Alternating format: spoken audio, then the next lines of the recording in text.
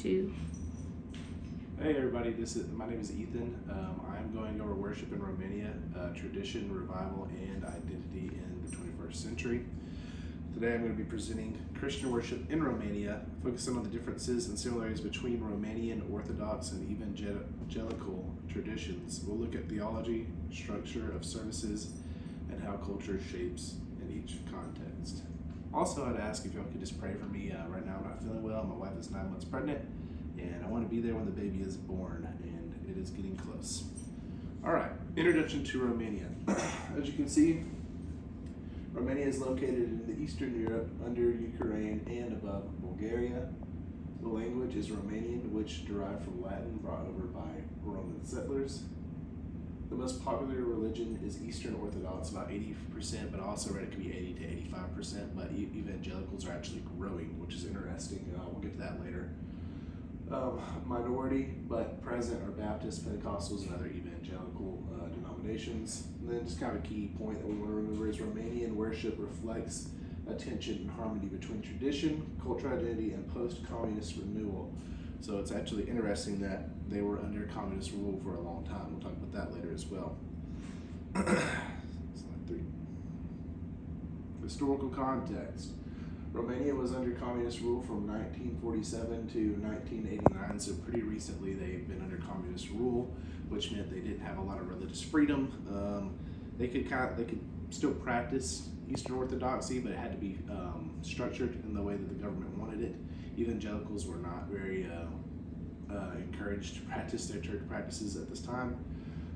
This meant restricted religious expression for its people, again, led to underground churches and evangelical movements. When communism fell in 1989, there was a major shift from controlled worship to now public freedom of worship. So whenever it fell, now there's a freedom of worship, which is why we're seeing that grow in evangelical denominations in Romania compared to Eastern Orthodox. Now, Eastern Orthodox is still the primary one, but we are seeing a growth in the evangelical,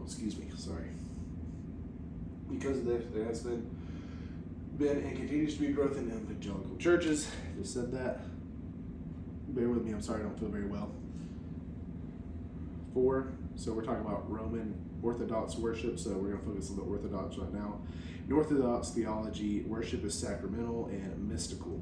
The goal is not just learning about God, but encountering Him. The Eucharist, or Holy Communion, is central and believed to be the real presence of Christ. Worship engages all the senses, sight, sound, smell, through icons, chanting, and incense. Also, we have liturgical, sacramental, structured services, use of icons, like I just said. Worship is to be mystery-centered. We just went over. All right, Orthodox worship continued.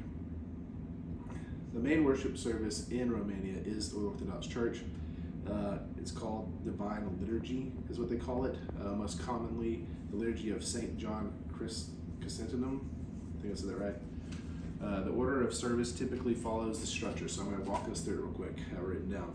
First, the Liturgy of the Word begins, including prayers and psalms and scripture readings. Next is the little entrance symbolizing Christ coming into the world.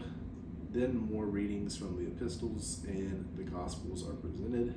After that, the sermon or homily is delivered. Although it is often shorter compared to evangelical preaching, which is interesting. The liturgy and faithful follows includes the great entrance, when the bread and the wine are brought forward, and then 3 more points for this. The Eucharist is also consecrated and distributed to Baptist members. Finally, the service concludes with prayers, blessing, and dismissal. And that is the order of Eastern Orthodoxy. All right. Evangelical. Christianity.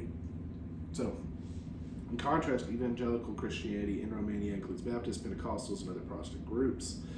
These churches grew significantly during and after the communist era and emphasized personal conversion, biblical authority, and evangelism. So there's different points that are being hit from the evangelicals and from the Orthodox.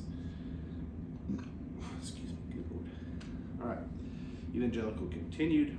Evangelical worship focuses on a personal relationship with Jesus Christ and the authority of Scripture. Worship is seen as a response to God rather than a sacramental mystery.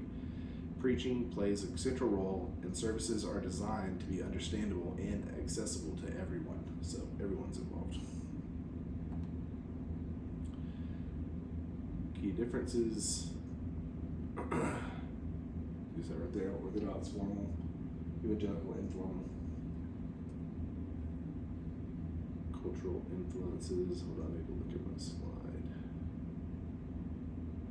All right.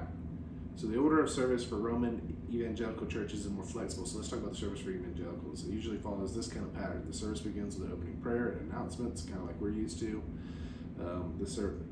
This is followed by congregational singing, often led by worship team or a choir.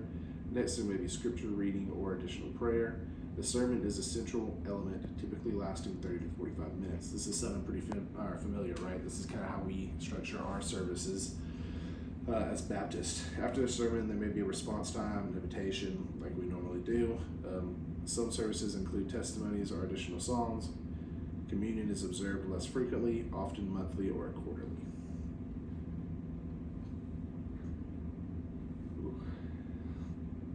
Post-communist impact. Religious freedom was restored. Evangelical church boom. Increased Western influence. So one of the reasons that we see that, I just walked us through the order for the Baptist or Pentecostal, the way that they typically have it for the evangelical services. And it's going to be really influenced from the West. Younger generations are beginning to reshape the worship in Romania. What that means is that you're seeing a shift from younger people wanting to become more evangelical rather than Eastern Orthodox. Could be a good thing, could be a bad thing. I actually got an opportunity to talk to a missionary. His name is Andre. He's a good friend of my brother's who lives in Romania, and he says it's kind of weird. They kind of have if you know, honor and shame culture, that they if they're older and they are Eastern Orthodox, they might not want to serve you or treat you as well as they will serve as maybe a younger person who's evangelical at the same time, or an older person who's evangelical. But there is a little tension there.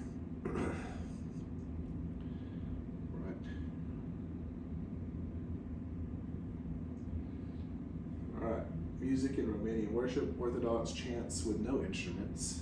Evangelical hymns paired with modern worship, much like that within the U.S.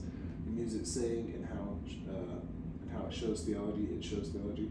Orthodox reverence and transcendence. Evangelical participation and expression. Those are the major differences there. There's deep reverence with the Orthodox. There's strong biblical focus with the evangelicals. There's resilience from persecution. We just talked about that just a little bit. And both help serve their purpose, providing insight for Christianity. So, you know, you might not agree with Eastern Orthodoxy. I don't agree with it totally, but there are some things that maybe we can take away and say, hey, this is something we can learn from. Not necessarily make the change to do that, but learn, hey, why are they doing this? What is this reverent to God? Like, is this a good thing? Just kind of seeking those things out and being willing to learn from a different style. So challenges. Tradition versus modernization tension, generalization or generational differences, secularization. There's a shift of younger people leaving the Orthodox. We talked about that. Evangelical churches are pressured to stay doctrinally grounded, which is good. I think that's actually a good thing. If you're going to be going against people who are going to be coming against you in the Eastern Orthodox Church, you want to be grounded on your scriptures and be able to defend that and say this is why we do it that way. Conclusion. Romanian worship is another great example of how worship is shaped by history, culture, and theology. Thank you all. And those are my sources.